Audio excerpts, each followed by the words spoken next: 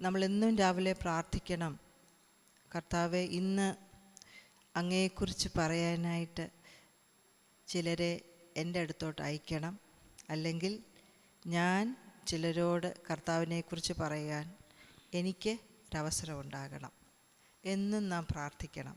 അഥവാ അങ്ങനെ അവസരങ്ങൾ ഉണ്ടാകുന്നില്ലെങ്കിൽ നമ്മൾ പ്രാർത്ഥിക്കണം, കർത്താവെ എൻ്റെ ജീവിതത്തിലെ എന്തെങ്കിലും കുറവ് കൊണ്ടാണോ ഇന്ന് എനിക്ക് ഒരാളോടെങ്കിലും കർത്താവിനെക്കുറിച്ച് പറയാൻ സാധിക്കാഞ്ഞത്. അത് നമ്മൾ ദൈവസന്നിധിയിൽ നമ്മുടെ എന്നും ഒരു പ്രാർത്ഥനയായിരിക്കണം. നമ്മുടെ സഭയുടെ ഉദ്ദേശം കർത്താവിനെ കൂടുതൽ അറിയുക, മറ്റുള്ളവർക്ക് കർത്താവിനെ പരിചയപ്പെടുത്തുക എന്നുള്ളതാണ്. സ്തോത്രം, സ്തോത്രം. പ്രിയ ജേസൺ പാസ്റ്റർ പറഞ്ഞതുപോലെ നമ്മളുടെ കൂടെ നേരത്തെ ആരാധിച്ചുകൊണ്ടിരുന്ന പലരും ഇന്നുണ്ട്. കുറച്ച് നാളുകൾക്ക് ശേഷം സ്മിജു വന്നിട്ടുണ്ട്. സ്മിജുവിൻ്റെ ഫാദറിന് സുഖമില്ലാതിരിക്കുന്ന കാരണം ആശ സ്മിജു വന്നിട്ടുണ്ട്. Good to see you. And also Liya, നമ്മുടെ കൊച്ചു പൈതലായിരുന്നു. അവൾ വലുതായി, അവളിപ്പം ബാങ്ക് മാനേജറാണ്. അവളും നമ്മുടെ കൂടെയുണ്ട്. എല്ലാവരെയും ഓർത്ത് ഞാൻ ദൈവത്തെ സ്തുതിക്കുന്നു. സ്തോത്രം. ഇന്ന് നമ്മൾ ചിന്തിച്ചുകൊണ്ടിരിക്കുന്ന വിഷയത്തിലോട്ട് തന്നെ നമുക്ക് പോകാം. 1 കൊരിന്ത്യർ ലേഖനത്തിലോട്ടാണ് നമ്മൾ നോക്കുന്നത്. 1 കൊരിന്ത്യർ ലേഖനം നമ്മൾ സാധാരണയായി സഭകളിൽ പ്രസംഗിച്ച് കേൾക്കാത്ത ഒരു ഭാഗമാണ് ഇന്നത്തെ വിഷയം. എനിക്ക് ഈ വിഷയം കിട്ടിയില്ലായിരുന്നെങ്കിൽ ഞാൻ ചിന്തിക്കുന്നു ഞാനും ഒരിക്കലും ഈ വിഷയം പ്രസംഗിക്കത്തില്ല. കാരണം ഒരു ഇച്ചിരി കൺഫ്യൂഷനൊക്കെ ഉള്ളത്, കൾച്ചറൽ എലമെൻ്റൊക്കെ കയറി വരുന്ന വിഷയമായതുകൊണ്ട് നമ്മൾ പലപ്പോഴും അത് പ്രസംഗിക്കാതെ പലരും അങ്ങ് ഒഴിച്ചു വിടാറുണ്ട്. പക്ഷെങ്കിൽ ദൈവത്തിൻ്റെ വചനം മുഴുവനായി പഠിക്കേണ്ടതാണല്ലോ, ദൈവത്തിൻ്റെ വചനം മുഴുവനായി അനുസരിക്കേണ്ടതാണല്ലോ. നമുക്കിഷ്ടമുള്ളത് മാത്രം വായിച്ച് നമുക്കിഷ്ടമുള്ളത് മാത്രം പഠിക്കേണ്ടതല്ലല്ലോ ദൈവവചനം. ദൈവവചനം മുഴുവനായി പഠിക്കേണ്ടതാണല്ലോ. അതുകൊണ്ട് നമുക്ക് 1 കൊരിന്ത്യർ 11-ാം അധ്യായത്തിൻ്റെ 2 മുതൽ 16 വരെയുള്ള വാക്യങ്ങളാണ് നമ്മൾ ഇന്ന് ചിന്തിക്കുന്നത്. 1 കൊരിന്ത്യർ 11-ാം അധ്യായത്തിൻ്റെ 2 മുതൽ 16 വരെയുള്ള വാക്യങ്ങളാണ് ചിന്തിക്കുന്നത്. നമ്മൾ കഴിഞ്ഞ ആഴ്ച 10-ാം അധ്യായത്തിൻ്റെ അവസാന ഭാഗം നമ്മൾ കേട്ടു. 10-ാം അധ്യായത്തിൻ്റെ അവസാന ഭാഗം നമ്മൾ കേട്ടു. നമുക്കെല്ലാത്തിനും ഒരു ഫ്രീഡമുണ്ട്, സ്വാതന്ത്ര്യമുണ്ട്. എല്ലാറ്റിലും എന്ത് ചെയ്യാനും നമുക്ക് എന്തുണ്ട്? സ്വാതന്ത്ര്യമുണ്ട്. പക്ഷെങ്കിൽ എല്ലാം നമുക്ക് പ്രയോജനമുള്ളതല്ല, എല്ലാം ദൈവസഭയെ പണിതെടുക്കുന്നതുമല്ല. അങ്ങനെയാണ് നമ്മൾ കഴിഞ്ഞ ആഴ്ച കേട്ടത്. പല കാര്യങ്ങൾ നമുക്ക് സ്വാതന്ത്ര്യമുണ്ട്, എന്തും ചെയ്യാനുള്ള സ്വാതന്ത്ര്യം. പ്രത്യേകിച്ച് ഇന്ത്യ സ്വാതന്ത്ര്യമായിട്ടുള്ളൊരു ദേശമാണ്. നമ്മുടെ നിയമങ്ങൾക്കുള്ളിൽ നിന്ന് എന്തും നമുക്ക് ചെയ്യാം. അല്ല, നിയമം ലംഘിച്ചും എന്തും ചെയ്യുന്നവർ നമ്മുടെ നാട്ടിലും എല്ലാ ദേശങ്ങളിലും ധാരാളമുണ്ട്. പക്ഷെങ്കിൽ ദൈവമക്കൾ എന്ന നിലയിൽ നമ്മൾ തിന്നാലും കുടിച്ചാലും എന്ത് ചെയ്താലും എല്ലാം ദൈവമഹത്വത്തിനായി ചെയ്യണമെന്ന് കഴിഞ്ഞ ആഴ്ച നമ്മൾ കേട്ടല്ലോ. തിന്നാലും കുടിച്ചാലും എന്ത് ചെയ്താലും എല്ലാം ദൈവമഹത്വത്തിനായി ചെയ്യണം എന്നും. അതുമാത്രമല്ല, ദൈവസഭയ്ക്ക് ഇടർച്ച വരുത്തരുത്. ദൈവസഭയ്ക്ക് ഒരു പ്രശ്നം, ഒരു വിഭിന്നത, ഡിവിഷൻ ഉണ്ടാക്കാത്ത രീതിയിൽ വേണം നമ്മൾ തിന്നുകയും കുടിക്കുകയും എന്ത് ചെയ്താലും എന്നാണ് നമ്മൾ കണ്ടത്. അന്നേരം ഈ 11-ാം അധ്യായത്തിലോട്ട് സഭയുടെ വേറൊരു വിഷയത്തിലോട്ടാണ് ദേവദാസൻ കടന്നു വരുന്നത്. സഭയിലുള്ള വേറൊരു വിഷയം, പ്രത്യേകമായി ആരാധനയോടുള്ള വിഷയത്തെക്കുറിച്ചാണ്. കഴിഞ്ഞ അധ്യായങ്ങളിൽ നമ്മൾ ഫുഡ് ഓഫേർഡ് ടു ഐഡൽസ്, ഈ വിഗ്രഹങ്ങൾക്ക് സമർപ്പിച്ച ആഹാരം കഴിക്കുന്നതിനെക്കുറിച്ചും ഒക്കെ നമ്മൾ കേട്ടായിരുന്നല്ലോ. ഇപ്പോൾ ദേവദാസൻ നമ്മളോട് പറയാൻ ആഗ്രഹിക്കുന്നത് സഭയിലുള്ള ആരാധനയും ദൈവമഹത്വത്തിനായി ആയിരിക്കണം. ദൈവസഭയ്ക്ക് ഇടർച്ച വരാൻ ഇടയില്ലാത്ത രീതിയിലായിരിക്കണം സഭയുടെ ആരാധന. ഈ ആരാധനയിൽ പ്രത്യേകമായി സ്ത്രീകളെയും പുരുഷന്മാരെയും ബന്ധിച്ചുള്ള അന്നത്തെ ആചാരങ്ങളോട് ചേർന്നുള്ള ചില കാര്യങ്ങളാണ് ഇവിടെ ദേവദാസൻ പറയുന്നത്. അന്നത്തെ ആചാരങ്ങളോട് ചേർന്ന് പറയുമ്പോൾ തന്നെ സൃഷ്ടിയോടും പ്രകൃതിയോടും ദൈവം തന്നിട്ടുള്ള ഓർഡർ, അല്ലെങ്കിൽ ദൈവം തന്നിട്ടുള്ള ആ ക്രമം, ദിവ്യക്രമം, അതിനെ ബന്ധപ്പെടുത്തിയാണ്. അപ്പോൾ കസ്റ്റംസ്, നമ്മുടെ സാധാരണ നാട്ടുനടപ്പ് അല്ലെങ്കിൽ അതുമാത്രം ഊന്നിക്കൊണ്ടല്ല എങ്ങനായിരിക്കണം നമ്മുടെ ആരാധന എന്ന് പറയുന്നത്. മറിച്ച് സൃഷ്ടിപ്പ്, ദിവ്യക്രമം, ആത്മീയ തലത്തിലുള്ള നമ്മുടെ കാഴ്ചപ്പാടുകളെ ഉണർത്തിക്കൊണ്ട് ദൈവദാസൻ പറയുകയാണ്, സഭയിലെ ആരാധന ഇങ്ങനെ ആയിരിക്കണം. സ്തോത്രം. 11-ാം അധ്യായത്തിൻ്റെ 2-ാം വാക്യം നമ്മൾ വായിക്കുമ്പോൾ ഇങ്ങനെ വായിക്കുന്നു. ഒന്ന് വായിച്ചു മോളെ. നിങ്ങൾ സകലത്തിലും എന്നെ ഓർക്കുകയും ഞാൻ നിങ്ങളെ ഏൽപ്പിച്ച കൽപ്പനകളെ പ്രമാണിക്കുകയും ചെയ്യുകയാൽ നിങ്ങളെ പുകഴ്ത്തുന്നു. അപ്പോൾ കൊരിന്ത്യയിലെ സഭയിലുള്ള ആൾക്കാർ ചെറിയ സഭയാണ്, ഭവനങ്ങളിൽ കൂടുന്ന സഭയായതുകൊണ്ട് ഭവനം എത്രയും കാണും. നമ്മൾ ഈ കൊരിന്ത്യ സഭ, എഫെസോസ് സഭ അല്ലെ വായിക്കുമ്പോൾ നമ്മൾ ആർക്കും നമുക്ക് ഭയങ്കര 10,000 ആൾക്കാരുള്ള സഭയായിരിക്കും എന്നാണ്. ചെറിയ ചെറിയ സഭകളാണ്, ഭവനങ്ങളിൽ കൂടുന്ന സഭകളാണല്ലോ, ചെറിയ സഭകളാണ്. അപ്പോൾ പറയുകയാണ്, ആ സഭയിലുള്ള ആൾക്കാർ പറയുവാണ്, നിങ്ങൾ സകലത്തിനും എന്നെ ഓർക്കുകയും ഞാൻ നിങ്ങളെ ഏൽപ്പിച്ച കൽപ്പനകളൊക്കെ പ്രമാണിക്കുന്നു. അപ്പോൾ പൗലോസ് പറഞ്ഞ കാര്യങ്ങൾ അവർ ഓർക്കുന്നു, പ്രമാണിക്കുന്നു. ആ കാര്യത്തിൽ അപ്പോസ്തലനായ പൗലോസ് വളരെ തൽപരനാണ്, ദൈവത്തെ സ്തുതിക്കുകയാണ്. എന്നാൽ ചില കറക്ഷൻസ് സ്ത്രീകൾക്കും പുരുഷന്മാർക്കും, സ്ത്രീകൾക്ക് നമ്മൾ ഈ വിഷയം തലയെ മൂടുപട വിടുന്നതായതുകൊണ്ട് നമ്മൾ ഓർക്കും സ്ത്രീകൾക്ക് മാത്രം വേണ്ട കറക്ഷനാണ്. അല്ല, സ്ത്രീകൾക്കും പുരുഷന്മാർക്കും ചില കറക്ഷൻസ് ദൈവാത്മാവ് പറയുകയാണ്.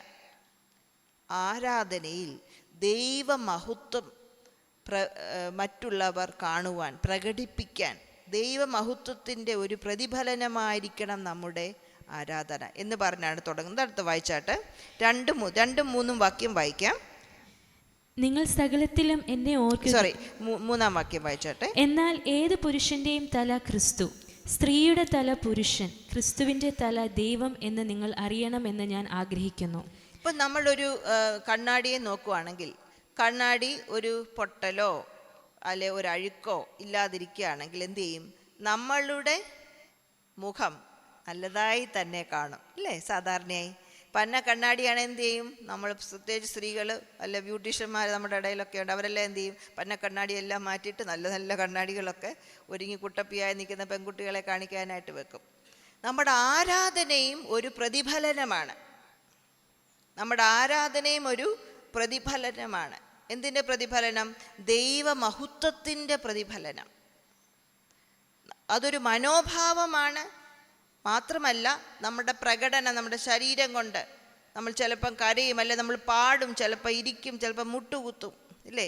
നമ്മുടെ മനസ്സിലുള്ളതിൻ്റെ പുറത്ത് കാണിക്കുന്ന ഒരു പ്രതിഫലനമാണ് ദൈവീക ആരാധന.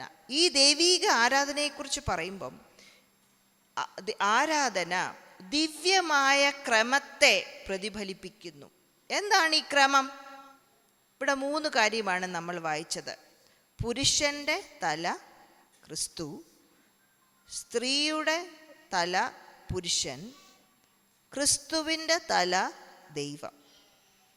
ഈ തല എന്നുള്ള വാക്ക് ഈ അധ്യായത്തിൽ വളരെ പ്രാധാന്യമാണ്. തല എന്ന് പറയുമ്പോൾ നമ്മുടെ ഗ്രീക്കിലൊക്കെ ഡോക്ടറേറ്റ് എടുത്താണ് നമ്മുടെ ചാർലി സാറ്. ഞാൻ ചാർലി സാറിനോട് പറഞ്ഞു, ചാർലി സാറ് തന്നെ ഇതങ്ങ് പ്രസംഗിക്കാൻ. തല എന്ന് പറയുന്നത് അത് സോഴ്സ് അല്ലെ സ്രോതസ്സിനെ കാണിക്കുകയാണ്. സ്രോതസ്. സാധാരണ എല്ലാവരും പറയും സ്ത്രീ ഉത്ഭവിച്ചത് പുരുഷനിൽ നിന്നാണ്, അതുകൊണ്ട് ആ ഉത്ഭവസ്ഥാനം കാണിക്കുന്നതാണ് തല.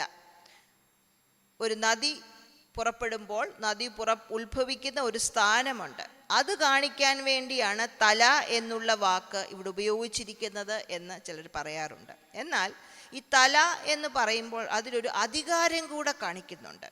അധികാരം. അപ്പോൾ സ്ത്രീയുടെ മേലിലുള്ള അധികാരം പുരുഷനും, പുരുഷൻ്റെ അധികാരം കംപ്ലീറ്റ് ആയിട്ടൊരു ഓട്ടോക്രാറ്റി പോലല്ല കേട്ടോ, ഒരു സ്വേച്ഛാധിപതി പോലല്ല. പക്ഷെങ്കിൽ പുരുഷൻ്റെ മേലൊരു അധികാരമുണ്ട്. അത് ആരാണത്? ക്രിസ്തുവാണ്.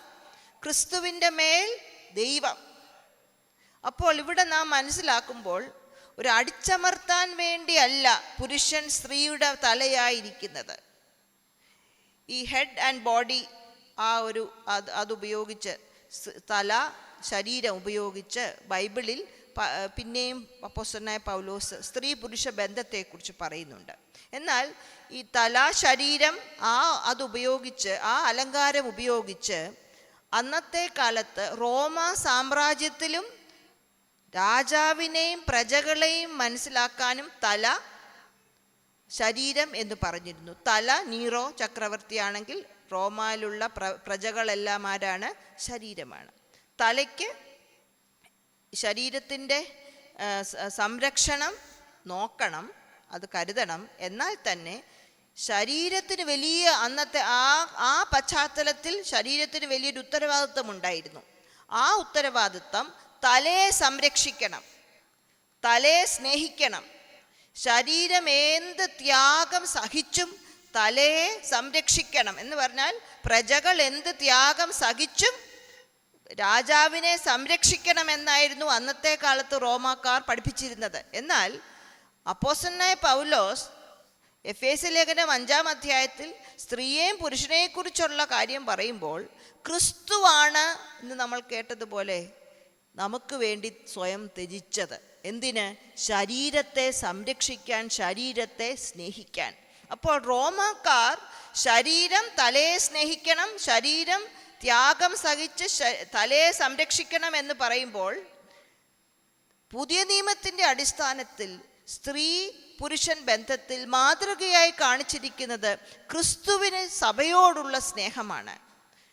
ശരീരം തലയെ സംരക്ഷിക്കുകയും തലയെ സ്നേഹിക്കണം എന്നല്ല പറയുന്നത്, മറിച്ച് തല ശരീരത്തെ സ്നേഹിക്കണം, സ്വന്തം ശരീരം പോലെ സ്നേഹിക്കണം, ത്യാഗത്തോട് സ്നേഹിക്കണം, ജീവൻ കൊടുത്തു സ്നേഹിക്കണം എന്നാണ് പറയുന്നത്. അപ്പോൾ സ്ത്രീകളുടെ തല പുരുഷനെന്ന് പറയുമ്പോൾ ഇവിടെ ദൈവം നമുക്ക് കാണിച്ചിരിക്കുന്ന മാതൃക ആരാണ്? ക്രിസ്തു ദൈവത്തിന് കീഴടങ്ങിയിരുന്നത് പോലെ. നമ്മൾ അറിയാമല്ലോ, പിതാവ്, പുത്രൻ, അങ്ങനെയാണ് പറയുന്നത്. അതിൽ തന്നെ, ആ വാക്കുകളിൽ തന്നെ ഒരു അധികാരത്തിൻ്റെ ഓർഡർ നമ്മൾ കാണുന്നുണ്ട്, ഒരു സബ്മിഷൻ്റെ ഓർഡർ, താഴ്മയുടെ ഓർഡർ കാണുന്നുണ്ട്. അതേ പദം ഉപയോഗിച്ചാണ് സ്ത്രീയും പുരുഷനും തമ്മിലുള്ള ഡിവൈൻ ഓർഡർ, ക്രമത്തെ കാണിക്കാൻ വേണ്ടി ദൈവം ഉപയോഗിച്ചിരിക്കുന്നത്. അപ്പോൾ സ്ത്രീകളായ നമ്മളോട് ഞാൻ പറയട്ടെ, സ്ത്രീയുടെ തല പുരുഷനെന്ന് പറയുമ്പോൾ ദൈവം നമ്മളെ അടിച്ചമർത്താൻ വേണ്ടിയല്ല ആ ഒരു പദം ഉപയോഗിച്ചിരിക്കുന്നത്.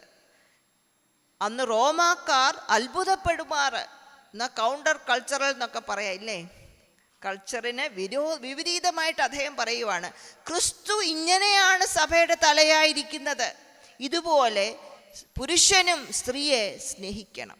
അപ്പോൾ നാം അടിച്ചമർത്തപ്പെടുകയല്ല, മറിച്ച് എന്താണ്? നമ്മെ കരുതാൻ, നമ്മെ സ്നേഹിക്കാനായിട്ടാണ് ഒരു സ്ത്രീക്ക് തലയായി പുരുഷൻ ഇരിക്കുന്നത്. ഇനിയും പുരുഷന്മാരായിട്ടുള്ളവരോട് നാം പറയട്ടെ, നമുക്കിതൊക്കെ നമ്മുടെ കുഞ്ഞുങ്ങൾക്ക് ചെറുപ്പത്തിലേ പറഞ്ഞു കൊടുക്കണം. പുരുഷന്മാർ സ്ത്രീയുടെ തലയെന്ന് പറയുമ്പോൾ ഒരിക്കലും സ്ത്രീയെ അടിച്ചമർത്താനല്ല, മറിച്ച് ക്രിസ്തു സഭയെ സ്നേഹിച്ചതുപോലെ, സ്വയം ത്യജിച്ച് സ്നേഹിച്ചതുപോലെ പുരുഷൻ സ്ത്രീയെ സ്നേഹിക്കാനാണ്. നമ്മളുടെ അധികാരം നമ്മുടേത് മാത്രമല്ല, അതിന് വേറൊരു തലം കൂടുണ്ട്. പുരുഷൻ്റെ തല ക്രിസ്തു, ക്രിസ്തുവിൻ്റെ തല ദൈവം. അപ്പോൾ ഒരു അധികാരത്തിൻ്റെ ദിവ്യമായ ക്രമത്തിലാണ് ദൈവം പറഞ്ഞിരിക്കുന്നത്. എന്ത് പറയുകയാണ്? ആരാധനയെക്കുറിച്ച് പറയുകയാണ്. അപ്പോൾ നാം ആരാധിക്കുമ്പോൾ ഈ ക്രമം നാം മനസ്സിലാക്കണം.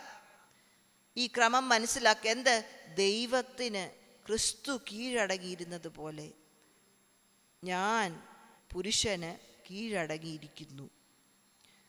പുരുഷന്മാർ മനസ്സിലാക്കുക, ദൈവം ക്രിസ്തു സഭയെ സ്വന്തം ശരീരം ത്യജിച്ച് സ്നേഹിച്ചതുപോലെ ഞാൻ തലയായിരിക്കുന്ന എൻ്റെ സ്ത്രീയെ ഞാൻ സ്നേഹിക്കേണ്ടതാണ്.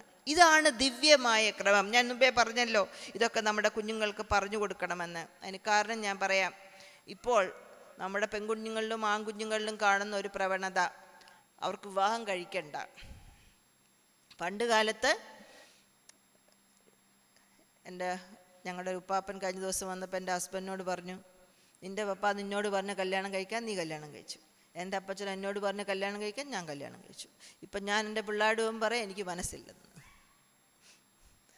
ആ ഒരു തലമുറയിലോട്ട് നമ്മുടെ തലമുറ വന്നിരിക്കുകയാണ്. ഇപ്പോഴത്തെ കുഞ്ഞുങ്ങൾ പോട്ടെ, നമ്മുടെ കൊച്ചു കുഞ്ഞുങ്ങളൊക്കെ ഉണ്ടല്ലോ, അവർ വളർന്നു വരുമ്പോഴത്തേക്ക് ഇതിലും വിരൂപമായ കാലങ്ങളായിരിക്കാം. കഴിഞ്ഞ ദിവസം ഞങ്ങൾക്ക് ക്ലാസ് എടുത്ത ഒരു ദൈവദാസൻ പറയുകയാണ്, 7ാം ക്ലാസ് 6ാം ക്ലാസ് ആവുമ്പോൾ മുതൽ തന്നെ ഈ ദൈവീക ക്രമം നാം കുഞ്ഞുങ്ങൾക്ക് പറഞ്ഞു കൊടുക്കണം. വിവാഹത്തിന് തൊട്ട് മുമ്പ് 1 മണിക്കൂർ പ്രീ മാരിറ്റൽ കൗൺസിലിങ്ങിലല്ല, മറിച്ച് ചെറുപ്പം മുതൽ 7ാം ക്ലാസ് 8ാം ക്ലാസ് കുറച്ച് കാര്യങ്ങൾ മനസ്സിലാകാൻ സമയം മുതൽ ഈ ദൈവീക ക്രമത്തെക്കുറിച്ച് നാം പറഞ്ഞു കൊടുക്കുക. ആൺകുഞ്ഞുങ്ങൾക്ക് മാത്രമല്ല പറഞ്ഞു കൊടുക്കേണ്ടത്, പെൺകുഞ്ഞുങ്ങൾക്കും പറഞ്ഞു കൊടുക്കണം. പെൺകുഞ്ഞുങ്ങൾക്കും ആൺകുഞ്ഞുങ്ങൾക്കും 2 പേർക്കും നാം പറഞ്ഞു കൊടുക്കണം. എന്ത് പറഞ്ഞു കൊടുക്കണം? ഒരു ദൈവീക ക്രമമുണ്ട്. നമ്മുടെ ആരാധന ദൈവത്തിൻ്റെ മഹത്വം പ്രതിഫലിക്കണമെങ്കിൽ ഈ ദൈവീക ക്രമം മനസ്സിലാക്കി ദൈവീക ക്രമത്തിനനുസരിച്ച് വേണം നാം ആരാധിക്കാൻ. സ്തോത്രം. എൻ്റെ ഭർത്താവിനോട് ചോദിച്ചാൽ മതി ഞാൻ അനുസരിക്കുന്നതാണെന്ന് കേട്ടോ, അത് കഴിയുമ്പോൾ ചോദിച്ചാൽ മതി. ഇന്ന് ഐ എം ജസ്റ്റ് കിഡിങ്. നമ്മളിപ്പം ചിന്തിക്കുകയായിരിക്കാം, നമ്മളെ തന്നെ വിലയിരുത്തുകയായിരിക്കാം, ഇല്ലേ? അതാണ് കൊണ്ട് നമ്മളെ തന്നെ ഒന്ന് വിലയിരുത്താം. ഈ അധികാരത്തിൽ, ഈ ക്രമത്തിൽ എവിടൊക്കെയാണ് കേടുപാടുകൾ പറ്റിയിട്ടുള്ളത്? ഭർത്താവും ഭാര്യയും ഈ ക്രമത്തിൽ എവിടൊക്കെയാണ് ഞാൻ കേടുപാടുകൾ പറ്റിയിട്ടുള്ളത് എന്ന് നമുക്ക് തന്നെ വിലയിരുത്താം. സ്തോത്രം. രണ്ടാമതായിട്ട്, ആരാധന നമ്മുടെ ഭാവം മാത്രമല്ല, നമ്മുടെ പ്രകടനം, നമ്മൾ ആരാധന പ്രകടിപ്പിക്കുന്നതിലൂടെയും ദൈവത്തിന് മഹത്വം കൊടുക്കണം. നമ്മുടെ മനോഭാവം മാത്രമല്ല, നമ്മുടെ അറിവ് മാത്രമല്ല. അറിവ് നമ്മുടെ മനോഭാവത്തെ ബാധിക്കും, മനോഭാവം നമ്മുടെ അറിവ് അനുസരിക്കുന്നതിനെ ബാധിക്കും. ഇതെല്ലാം ദൈവത്തിന് മഹത്വം കൊടുക്കണം. വായിക്കാം 4 മുതൽ 6 വരെയുള്ള വാക്യം. മൂടുപടം ഇട്ട് പ്രാർത്ഥിക്കുകയോ പ്രവചിക്കുകയോ ചെയ്യുന്ന ഏത് പുരുഷനും തൻ്റെ തലയെ അപമാനിക്കുന്നു. മൂടുപടമില്ലാതെ പ്രാർത്ഥിക്കുകയോ പ്രവചിക്കുകയോ ചെയ്യുന്ന ഏത് സ്ത്രീയും തൻ്റെ തലയെ അപമാനിക്കുന്നു. അത് അവൾ ക്ഷൗരം ചെയ്തു പോലെയല്ലോ. സ്ത്രീ മൂടുപടം ഇടുന്നില്ലെങ്കിൽ മുടി കത്രിച്ചു കളയട്ടെ. കത്രിക്കുന്നതോ ക്ഷൗരം ചെയ്യിക്കുന്നതോ സ്ത്രീക്ക് ലജ്ജയെങ്കിൽ മൂടുപടം ഇട്ടുകൊള്ളട്ടെ. ആദ്യം പറഞ്ഞ വാക്യങ്ങളിൽ തല ഒരു പ്രധാന വാക്കായിരുന്നത് പോലെ തന്നെ ഈ 2 വാക്യങ്ങളിൽ മൂടുപടം എന്നുള്ള ഒരു പദം ഇവിടെ വളരെ പ്രാധാന്യമായ ഒരു വാക്കാണ്.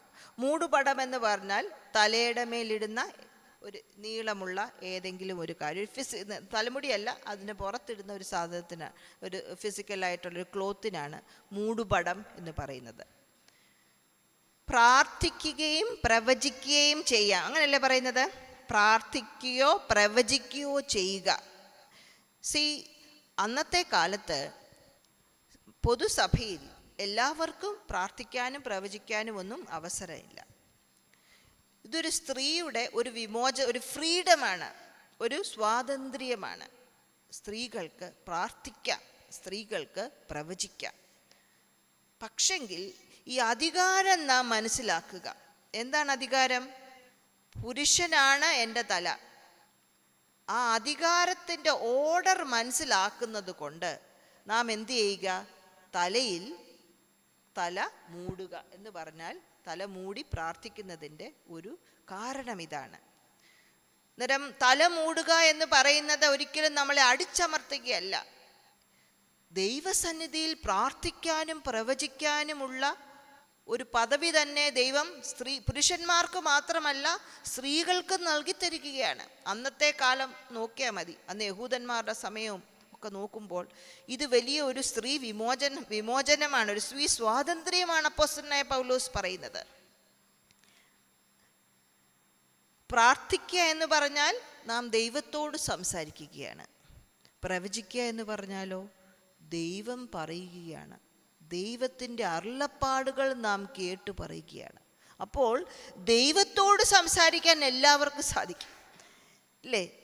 ഈവൻ പണ്ട് കാലത്ത് ദേവദാസന്മാരൊക്കെ പറയുമായിരുന്നു, രാത്രി കിടക്കാൻ നേരം നമ്മളെല്ലാവരും പ്രാർത്ഥിക്കും, മാത്തൻ ഇതാ മലക്കുന്നു എന്നെ കാക്കണേന്ന് എന്ന് പറഞ്ഞാൽ അത്രയിലും നമ്മൾ പ്രാർത്ഥിക്കും, ഇല്ലേ? ഞാൻ കിടക്കാൻ പോവാ, രാവിലെ ഉണരണേന്ന്. ആ പ്രാർത്ഥന എല്ലാവർക്കും പ്രാർത്ഥിക്കാം. ദൈവത്തോട് പ്രാർത്ഥിക്കാൻ നീതിമാന്റെ പ്രാർത്ഥനയും പാപിയുടെ പ്രാർത്ഥനയും ദൈവം കേൾക്കും. എന്നാൽ സ്ത്രീകൾക്കും പുരുഷന്മാർക്കും ദൈവസഭയിൽ ദൈവത്തിൻ്റെ ശബ്ദം കേട്ട് പറയാനുള്ള ഒരു പദവിയും കൂടെ ദൈവം തരികയാണ്. അതാണ് പ്രവചനം. അപ്പോൾ സ്ത്രീകൾക്ക് പ്രാർത്ഥിക്കുകയും ചെയ്യാം, പ്രവചിക്കുകയും ചെയ്യാം. ഇതെല്ലാം ആരാധനയുടെ പല പ്രകടനങ്ങളാണ്. ദൈവവുമായിട്ടുള്ള ബന്ധത്തിൻ്റെ ഒരു പ്രകടനമാണ്, ദൈവത്തെ ആരാധിക്കുന്നതിൻ്റെ ഒരു പ്രകടനമാണ്. എന്നാൽ പുരുഷന്മാർ എന്തു പാടില്ല? തലയിൽ മൂടുപടമിട്ട് പ്രസംഗിക്കുവാനോ പ്രവചിക്കുവാനോ പ്രാർത്ഥിക്കുവാനോ പാടില്ല. എന്നാൽ സ്ത്രീയോ മൂടുപടമിട്ട് പ്രാർത്ഥിക്കുക, പ്രവചിക്കുക. മൂടുപടമിടുക എന്ന് പറയുന്നത് ഇതാണ്, ഞാൻ വായിച്ചപ്പോൾ മനസ്സിലായത്. I am not in authority here, I am under an authority. ഞാനിവിടെ അധികാരമല്ല, ഞാനൊരു അധികാരത്തിൻ്റെ കീഴിലാണ് എന്നാണ് പറയുന്നത്. നാം ഓർത്തല്ലോ മുമ്പേ, ക്രിസ്തുവിൻ്റെ തല ദൈവം. ക്രിസ്തു ഈ ഭൂമിയിലായിരുന്നപ്പോൾ ദൈവത്തോട് പ്രാർത്ഥിച്ചു. ക്രിസ്തു ദൈവമാണെങ്കിൽ ദൈവസ്വരൂപത്തിൽ ഇരിക്കുമ്പോൾ പ്രാർത്ഥിക്കണോ പിതാവിനോട്? പ്രാർത്ഥിക്കണ്ട. എന്നാൽ ക്രിസ്തു മനുഷ്യനായി ഇവിടെ വന്നപ്പോൾ എന്തു ചെയ്തു? ദൈവത്തോട് പ്രാർത്ഥിക്കുകയാണ്. ആ സമർപ്പണം, ആ സബ്മിഷൻ നാം അവിടെ കാണുന്നു. അതേപോലെ പുരുഷന്മാർ തലയിൽ മൂടുപടം ഇടാതെ പ്രാർത്ഥിക്കുകയും പ്രവചിക്കുകയും ചെയ്യുമ്പോൾ സ്ത്രീകൾ തലയിൽ മൂടുപടമിട്ട് പ്രാർത്ഥിക്കുകയും പ്രവചിക്കുകയും ചെയ്യുക. കാരണം എന്താണ്? നമ്മുടെ ആരാധന മനോഭാവം മാത്രമല്ല, നമ്മുടെ ബോഡ്ലി എക്സ്പ്രഷനും അതെങ്ങനെ പ്രകടിപ്പിക്കുമെന്നുള്ളതും ദൈവത്തിന് മഹത്വം നൽകേണ്ടതാണ്. നമ്മുടെ മനസ്സിൽ ദൈവമേ എന്നുള്ള ചിന്ത കാണും. എന്നാൽ ദൈവിക അനുസരണത്തിന് വേണ്ടി നാം വരുമ്പോൾ നമ്മുടെ പ്രകടനങ്ങളും എന്താണ്? ദൈവത്തിന് മഹത്വം കൊടുക്കുന്നത് ആയിരിക്കണം. അപ്പോൾ 3-ാം വാക്യത്തിൽ നാം കണ്ടത് ഒരു ദിവ്യമായ ക്രമം, ഒരു ദിവ്യക്രമമാണ്, ഇല്ലേ? ദൈവം, ക്രിസ്തു, പുരുഷൻ, സ്ത്രീ. പിന്നെ നാം കാണേണ്ടത് എന്താണ്? നമ്മുടെ മനോഭാവം മാത്രമല്ല, നമ്മുടെ ആരാധന പ്രകടിപ്പിക്കുന്നത് കൂടെ ദൈവത്തിന് മഹത്വമായിരിക്കണം. നമ്മൾ പ്രാർത്ഥിക്കേണ്ടവർ മാത്രമല്ല, നമ്മൾ പ്രവചിക്കേണ്ടവരുമാണ്. ദൈവം എല്ലാവരോടും സംസാരിക്കും. പഴയ നിയമത്തിൽ ചിലരുടെ മേൽ മാത്രം പരിശുദ്ധാത്മാവ് വന്നിട്ട് അവർ പ്രവചിച്ചു. എന്നാൽ ഇന്ന് നമുക്കെല്ലാവർക്കും പ്രവചിക്കാം. ദൈവം സംസാരിക്കുന്ന ദൈവമാണ് കേട്ടോ. ദൈവം സംസാരിക്കുന്ന ദൈവമാണ്. നമ്മളോട് സ്വപ്നത്തിലൂടെ സംസാരിക്കും, മറ്റുള്ളവരിലൂടെ സംസാരിക്കുമ്പോൾ ദൈവം എന്നോട് സംസാരിക്കുന്നതാണെന്ന് നാം എന്ത് ചെയ്യണം? തിരിച്ചറിയണം. അതുമാത്രമല്ല, നമ്മോട് തന്നെ മറ്റുള്ളവരെക്കുറിച്ചുള്ള ആലോചന ദൈവം നമ്മളെ അറിയിക്കും. എപ്പോൾ? ആരാധനയിൽ, ദൈവസന്നിധിയിൽ ഇരിക്കുമ്പോൾ, പ്രാർത്ഥിക്കുമ്പോൾ ദൈവം നമ്മളെ അത് അറിയിക്കും. മൂന്നാമതായിട്ട് 7 മുതൽ 10 വരെയുള്ള വാക്യങ്ങൾ നമ്മൾ നോക്കുമ്പോൾ ഇവിടെ നാം കാണുന്നത് സൃഷ്ടിപ്പിൻ്റെ കാര്യം പറഞ്ഞുകൊണ്ട് പറയുകയാണ്. സ്ത്രീ തലയിൽ മൂടുപടമിട്ടും പുരുഷന്മാർ തലയിൽ മൂടുപടമിടാതും പ്രാർത്ഥിക്കുന്നത് പ്രവചിക്കുന്നത് ദൈവത്തിന് മഹത്വമുള്ളതാണ്. അപ്പോൾ നമ്മുടെ കസ്റ്റംസ്, നമ്മുടെ നാട്ടുനടപ്പ് വെച്ചിങ്ങനെ ചെയ്യാം എന്ന് പറയാം. അതേസമയം ഇവിടെ സൃഷ്ടിപ്പിലോട്ട് പോവുകയാണ്. സൃഷ്ടിപ്പിലോട്ട് പോകുമ്പം അത് നാട്ടുനടപ്പല്ല, അത് നമ്മുടെ സംസ്കാരമല്ല, മറിച്ച് സൃഷ്ടിപ്പിൻ്റെ കാര്യം വെച്ചൊരു കാര്യം പറയുമ്പോൾ അത് ദൈവിക പദ്ധതിയാണ്, ദൈവിക ക്രമമാണ് എന്നാണ് പറയുന്നത്. നമുക്കൊന്ന് വായിക്കാം 7 മുതൽ 10 വരെയുള്ള വാക്യങ്ങൾ. പുരുഷൻ ദൈവത്തിൻ്റെ പ്രതിമയും തേജസ്സും ആകയാൽ മൂടുപടം ഇടേണ്ടതല്ല. സ്ത്രീയോ പുരുഷന്റെ തേജസ് ആകുന്നു. പുരുഷൻ സ്ത്രീയിൽ നിന്നല്ലല്ലോ, സ്ത്രീ പുരുഷനിൽ നിന്നത്രേ ഉണ്ടായത്. പുരുഷൻ സ്ത്രീക്കായിട്ടല്ല, സ്ത്രീ പുരുഷനായിട്ടല്ലോ സൃഷ്ടിക്കപ്പെട്ടത്. ആകയാൽ സ്ത്രീക്ക് ദൂതന്മാർ നിമിത്തം തലമേൽ അധീനതാ ലക്ഷ്യം ഉണ്ടായിരിക്കണം. സൃഷ്ടിപ്പെന്ന് പറയുമ്പോൾ ഹവ്വായും പാപം ചെയ്യുന്നതിന് മുമ്പുള്ള കാര്യമാണ്. ആദാമും ഹവ്വായും പാപം ചെയ്തതിന് ശേഷം ഉള്ള കാര്യമാണെങ്കിൽ നാം പറയാം പാപം കാരണമാണ് ഇങ്ങനെ ഒരു കാര്യം ദൈവം പറഞ്ഞതെന്ന്. എന്നാൽ സൃഷ്ടിപ്പിൽ എങ്ങനെയായിരുന്നു എന്ന് പറയുമ്പോൾ സൃഷ്ടിപ്പ് മുതലേ സ്ത്രീയെക്കുറിച്ചും പുരുഷനെക്കുറിച്ചും ദൈവത്തിനുള്ള പദ്ധതിയുടെ ഭാഗമായിരുന്നു ഇത് എന്ന് മനസ്സിലാക്കാം. സ്ത്രീയെക്കുറിച്ചും പുരുഷനെക്കുറിച്ചും ദൈവത്തിനുള്ള പദ്ധതിയുടെ ഭാഗമാണ് എന്ത്? ഏവിധം ദൈവത്തെ ആരാധിക്കണം, ഏവിധം ദൈവത്തെ ആരാധിക്കണം. ഇവിടെ നാം കാണുന്നു പുരുഷൻ ദൈവത്തിൻ്റെ പ്രതിമയും തേജസ്സും ആകയാൽ. അപ്പോൾ ദൈവത്തിൻ്റെ സൃഷ്ടിപ്പിൽ ദൈവം അങ്ങനെ സൃഷ്ടിച്ചത് കൊണ്ട് മൂടുപടമിടേണ്ടതില്ല, മറിച്ച് സ്ത്രീയോ പുരുഷന്റെ തേജസ്സാകുന്നു. ദൈവത്തിൻ്റെ ഗ്ലോറി പുരുഷനാകുമ്പോൾ പുരുഷന്റെ ഗ്ലോറി ആരാണ്? സ്ത്രീ. പിന്നെ പുരുഷൻ സ്ത്രീയിൽ നിന്നല്ല, സ്ത്രീ പുരുഷനിൽ നിന്നത്തെ ഉണ്ടായത്. താഴോട്ട് വരുമ്പോൾ വേറൊരു കാര്യം പറയുന്നുണ്ടെങ്കിൽ ഇവിടെ ക്രിയേഷൻ്റെ കാര്യം, സൃഷ്ടിപ്പിൻ്റെ കാര്യം പറയുമ്പോൾ നമുക്കറിയാമല്ലോ, ഉൽപ്പത്തി പുസ്തകത്തിൽ പുരുഷനെ ഉറക്കിക്കിടത്തിയ ശേഷം വാരിയലെടുത്ത് ഒരു സ്ത്രീയെ സൃഷ്ടിച്ചു എന്ന് നമ്മൾ വായിക്കുന്നു. ആ സ്ത്രീയെ ആദാമിൻ്റെ അടുത്തോട്ട് കൊണ്ടുവന്നു എന്ന് വായിക്കുന്നു. ഇവിടെ നാം വായിക്കുകയാണ് വ്യത്യസ്തമായ റോൾ, ജെൻഡർ റോൾസ് ഉള്ളത്, സ്ത്രീ പുരുഷ ബന്ധത്തിൽ വ്യത്യസ്തമായ റോൾ ഉള്ളത് സൃഷ്ടിപ്പിൻ്റെ റിഫ്ലക്ഷനാണ്, സൃഷ്ടിപ്പിൻ്റെ ഭാഗമാണ്. എന്തിനാണ് ദൈവമേ അങ്ങനെ സൃഷ്ടിച്ചത് എന്ന് ചോദിച്ചാൽ എനിക്കുത്തരമില്ല.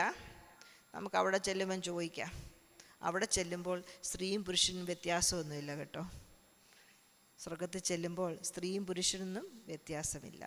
എന്നാൽ ദൈവത്തിൻ്റെ വിശിഷ്ടമായ ജ്ഞാനത്തിൽ, ദൈവത്തിൻ്റെ ഓംനിപൊട്ടൻ്റ്, ഓംനിപ്രസൻറ്റ്, ഓംനിസെൻ്റ് എന്നൊക്കെ പറയുമല്ലോ, സർവ്വജ്ഞാനത്തിൽ, ദൈവത്തിൻ്റെ സർവ്വജ്ഞാനത്തിൽ ദൈവം ആദ്യം സൃഷ്ടിച്ചത് പുരുഷനെയാണ്. പുരുഷനിൽ നിന്നാണ് സ്ത്രീയെ സൃഷ്ടിച്ചത്. ആ ഒരു ദൈവിക പദ്ധതി, ക്രിയേറ്റീവ് ഓർഡർ അങ്ങനെ ഉള്ളത് കൊണ്ട് പറയുകയാണ് സ്ത്രീ തലയിൽ മൂടുപടമിട്ട് പ്രാർത്ഥിക്കുക, പുരുഷൻ തലയിൽ മൂടുപടമിടാതെ പ്രാർത്ഥിക്കുക. തൊട്ടടുത്ത ഭാഗ്യത്തിൽ നാം വായിച്ചല്ലോ ദൂതന്മാർ എന്ന് വായിച്ചല്ലോ അല്ലേ? ദൂതന്മാർ അത് ഒരു ആത്മീയ തലത്തെയാണ് കാണിക്കുന്നത്, ഒരു ആത്മീയ തലം. സ്തോത്രം. കഴിഞ്ഞ ദിവസം പ്രസംഗിച്ച ഒരു ദൈവദാസൻ ഞാൻ പറഞ്ഞു, അദ്ദേഹം ഇന്നലെ വന്ന ദൈവദാസനാണ് പറഞ്ഞത്, അദ്ദേഹത്തിൻ്റെ ഭവനത്തിൽ ഒരാളെ പ്രാർത്ഥിക്കാനായിട്ട് കൊണ്ടുവന്നു. പ്രാർത്ഥിക്കാൻ കൊണ്ടുവന്നപ്പോൾ ഈ ഭൂതമിറങ്ങിയിട്ട് പറഞ്ഞു, ഇന്ന് ഇവനെ ഞാൻ നശിപ്പിക്കും. രാത്രിയിൽ ഉറങ്ങാൻ കിടന്നപ്പോൾ ഈ ദേവദാസന് ഉറങ്ങാൻ പറ്റുന്നില്ല. അദ്ദേഹം ഇടയ്ക്കിടയ്ക്ക് തലപൊക്കി ചോദിക്കുന്നുണ്ട്, എന്താ പാസ്റ്റർ ഉറങ്ങാത്തെ? ഞാൻ പറഞ്ഞു, എനിക്ക് ഉറക്കം വരുന്നില്ല, അതുകൊണ്ടാണ്. കുറച്ച് നേരം കഴിഞ്ഞപ്പം പറഞ്ഞു, എനിക്ക് യൂറിനേറ്റ് ചെയ്യാൻ പോകണം. എന്നാൽ പൊക്കോ എന്ന് പറഞ്ഞു. പുറത്തോട്ടിറങ്ങിയപ്പോൾ അദ്ദേഹം ടോയ്ലറ്റിലോട്ടല്ല പോകുന്നത്, മറിച്ച് പുറത്തോട്ട് പോവുകയാണ്. ഇദ്ദേഹം എന്ത് ചെയ്തു? പുറകെ ഓടിച്ചെന്ന് റോഡ് ക്രോസ് ചെയ്യാൻ പോയപ്പോൾ ഇങ്ങനെ അദ്ദേഹം ഇങ്ങനെ അങ്ങ് പിടിച്ചു. ഇദ്ദേഹത്തെ കെട്ടിപ്പിടിച്ചപ്പോൾ സർവ്വശക്തി ഒരു 6 അടി നീളമുള്ള വലിയൊരു മനുഷ്യൻ ഈ ചെറിയ മനുഷ്യനെ തെള്ളുകയാണ്. തെള്ളുമ്പോഴെന്താണ്? കയ്യിലോട്ടെത്തുന്നില്ല. ഇദ്ദേഹം ഇങ്ങനെ പിടിച്ചിരിക്കുകയാണ്. ഇദ്ദേഹം തെള്ളുമ്പോൾ കയ്യിലോട്ടെത്തുന്നില്ല. വീട്ടിൽ കൊണ്ടുവന്ന് പിറ്റേ ദിവസം പ്രാർത്ഥിച്ചു. സൗഖ്യമായ ശേഷം ഇദ്ദേഹം പറയുകയാണ്, ഈ പിശാച് പറയുകയാണ്, പ്രാർത്ഥിച്ചുകൊണ്ടിരുന്ന സമയത്ത്, നീ ഇന്നലെ എന്നെ കെട്ടിപ്പിടിച്ചപ്പോൾ നിൻ്റെ കൈയും ശരീരവും എല്ലാം തീയായിരുന്നു. അതുകൊണ്ട് എനിക്ക് നിൻ്റെ അടുത്തോട്ട് എൻ്റെ കൈ കൊണ്ട് നിന്നെ സ്പർശിക്കാൻ സാധിച്ചില്ല. ആത്മീയ തലത്തിൽ എന്താ നടക്കുന്നതെന്ന് ഈ ഭൗമിക കണ്ണുകൊണ്ട് നമുക്ക് കാണാൻ സാധിക്കത്തില്ല.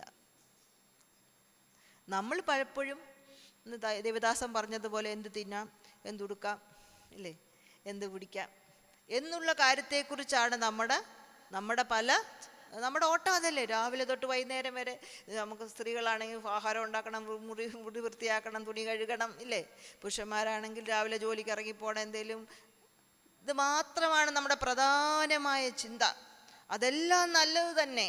പക്ഷേ ഈ ഫിസിക്കൽ വേൾഡിന് പാരലായിട്ട് ഒരു സ്പിരിച്വൽ വേൾഡ് ഉണ്ട്, ഒരു ആത്മീയ തലമുണ്ട്.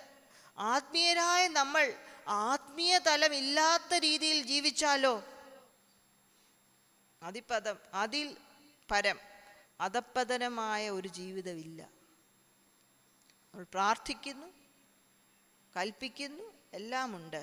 പക്ഷെങ്കിൽ ഒരു സ്പിരിച്വൽ വേൾഡ് പാരലായിട്ട് ഈ ഫിസിക്കൽ വേൾഡ് ഉണ്ട്. ദൂതന്മാർ നിമിത്തം എന്ന് പറയുന്നു. അതിൻ്റെ മുഴുവനായ അർത്ഥം നമുക്ക് മനസ്സിലാക്കാൻ സാധിക്കുന്നില്ലെങ്കിലും ഇംഗ്ലീഷിൽ ഇങ്ങനെ പറയുന്നത്, a woman ought to have authority over her own head because of angels. ഈ വാക്ക്, മലയാളത്തിലുള്ള വാക്ക് ഒരു പക്ഷേ മനസ്സിലായില്ലെങ്കിൽ, have authority over her head, തലമേലൊരു അധികാരം സ്ത്രീക്ക് വേണം. എന്ത് നിമിത്തം? ദൂതന്മാർ നിമിത്തം. ഈ അധ്യായത്തിൽ തന്നെ ദൂതന്മാരെ സാക്ഷി നിർത്തി എന്നൊക്കെ നമ്മൾ വായിക്കുന്നുണ്ട്. 103 സങ്കീർത്തനത്തിൽ എൻ്റെ ആജ്ഞ അനുസരിക്കുന്ന ദൂതന്മാർ ദൈവത്തെ സ്തുതിക്കുന്നു എന്ന് പറയുന്നുണ്ട്. പല വാക്യങ്ങളിലും ദൂതന്മാരെ പറഞ്ഞിട്ടുണ്ട് ആരാധന സമയങ്ങളിൽ. അപ്പോൾ ആരാധന സമയങ്ങളിൽ ദൂതന്മാർ നമ്മുടെ കൂടെ കാണും. കാരണം ദൂതന്മാർ പ്രധാനമായിട്ടും എന്താണ്? ദൈവത്തെ ആരാധിക്കുകയാണ്. അപ്പോൾ ആത്മീയമായ തലത്തിൽ നാം കാണുന്ന നമ്മുടെ ഭർത്താവ് ആ ഒരു ലെവൽ ഉണ്ടെങ്കിൽ തന്നെ അതിനപ്പുറമായി ദൂതന്മാർ നിമിത്തം നമ്മുടെ പ്രാർത്ഥനയിൽ സ്ത്രീകൾ തലയിൽ മൂടുപടമിടുക, പുരുഷന്മാർ തലയിൽ മൂടുപടമില്ലാതെ പ്രാർത്ഥിക്കുക. സ്തോത്രം. നമുക്കറിയാം, ഈ അധികാരത്തിൻ്റെ കാര്യമൊക്കെ പറയുമ്പം നമ്മൾ ചരിത്രമൊക്കെ പഠിക്കുന്നവർക്കറിയാം, ഒരു 1960 ഞങ്ങളൊക്കെ ജനിക്കുന്ന ആ സമയങ്ങൾ മുതൽ വലിയൊരു വിപ്ലവം നടക്കുകയാണ്. ഈ വിപ്ലവം അധികാരത്തിനെതിരെയുള്ളൊരു വിപ്ലവമാണ്. പ്രത്യേകിച്ച് ഇവരൊക്കെ വളർന്ന നാട്ടിലാണ് അതിൻ്റെ ആരംഭം.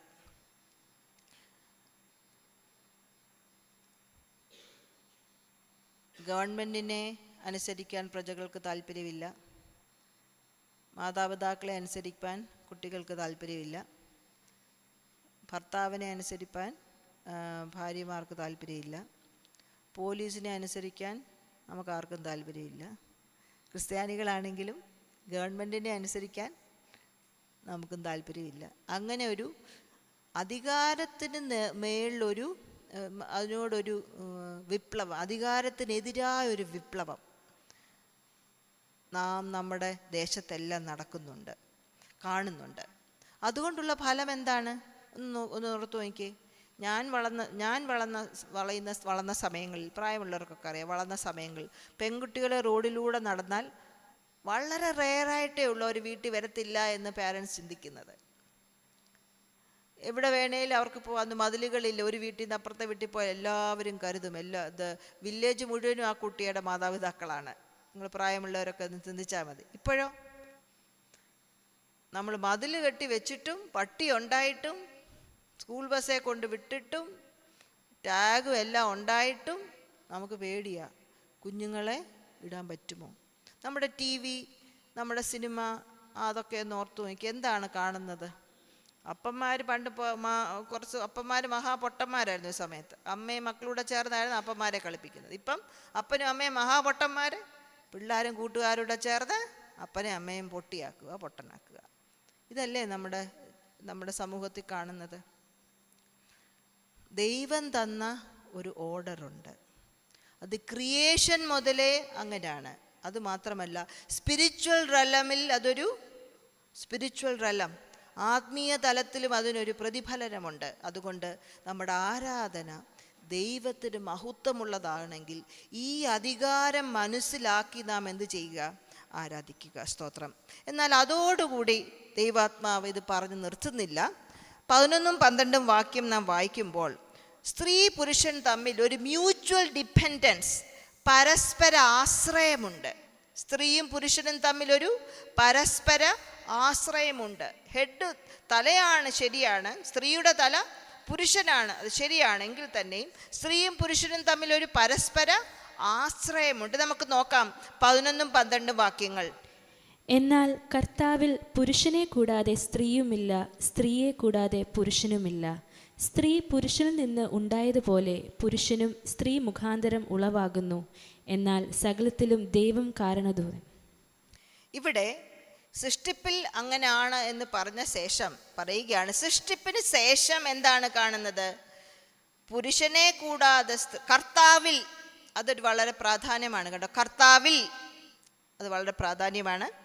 പുരുഷനെ കൂടാതെ സ്ത്രീയുമില്ല, സ്ത്രീയെ കൂടാതെ പുരുഷനുമില്ല. സ്ത്രീ പുരുഷനിൽ നിന്നുണ്ടായതുപോലെ തന്നെ പുരുഷൻ സ്ത്രീ മുഖാന്തരം ഉളവാകുന്നു എന്ന് പറഞ്ഞാൽ ഒരു പരസ്പര ആശ്രയം. ഇൻഡിപെൻഡൻ്റ് അല്ല, ഞാൻ എൻ്റെ രീതി നീ നിൻ്റെ രീതി, അങ്ങനല്ല, മറിച്ചൊരു പരസ്പര ആശ്രയം. സ്ത്രീയും പുരുഷനും തമ്മിൽ ഒരു പരസ്പര ആശ്രയമുണ്ട് എന്ന് മനസ്സിലാക്കി നാം തലയിൽ മൂടുപടമിട്ട് ആരാധിക്കുക. പുരുഷനിൽ നിന്ന് സ്ത്രീ വന്നുവെന്ന് പറയുമ്പോൾ ഡോർമാറ്റായിട്ട് ചവിട്ടിത്തേക്കാനുള്ളതല്ല, മറിച്ച് ദൈവം പറയുകയാണ്, പുരുഷൻ വന്നതും സ്ത്രീയിൽ നിന്നാണ്. പുരുഷനെ കൂടാതെ സ്ത്രീയില്ല, സ്ത്രീയെ കൂടാതെ പുരുഷനില്ല എന്ന് പറയുമ്പോൾ ഒരു മ്യൂച്വൽ ഡിപ്പെൻഡൻസ്, ഇൻ്റർഡിപ്പെൻഡൻസ്, ഒരു പരസ്പര ആശ്രയം നമ്മുടെ ഭവനങ്ങളിൽ, നമ്മുടെ സഭാ ആരാധനകളിലൊക്കെ വേണം. ഒരു പരസ്പര ആശ്രയമില്ലാത്ത ആരാധനയായിക്കൊള്ളട്ടെ, ഭവനമായിക്കൊള്ളട്ടെ, ഏത് സ്ഥാപനമായിക്കൊള്ളട്ടെ, അവിടെ നടക്കുന്ന ആരാധന ദൈവത്തിന് മഹത്വമുണ്ടാതല്ല. എന്നാൽ പരസ്പര ആശ്രയം മനസ്സിലാക്കി സഭയിൽ, കുടുംബങ്ങളിൽ, സ്ഥാപനങ്ങളിൽ നടക്കുന്ന ആരാധനയോ അത് ദൈവത്തിന് മഹത്വമുള്ളതായിരിക്കും. നമ്മൾ അവസാനം വായിച്ച വാക്യം എന്താണ്?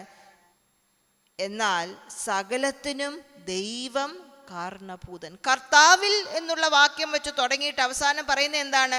സകലത്തിലും ദൈവം കാരണഭൂതൻ എന്ന് പറഞ്ഞാൽ ദൈവമെന്നുള്ള ആ ഒരു ബോധ്യം നമ്മളിൽ നിന്ന് എടുത്തു കളഞ്ഞാൽ നമ്മുടെ ആരാധന ആർക്ക് വേണ്ടിയാണ്? ആരെയാണ് ആരാധിക്കുന്നത്?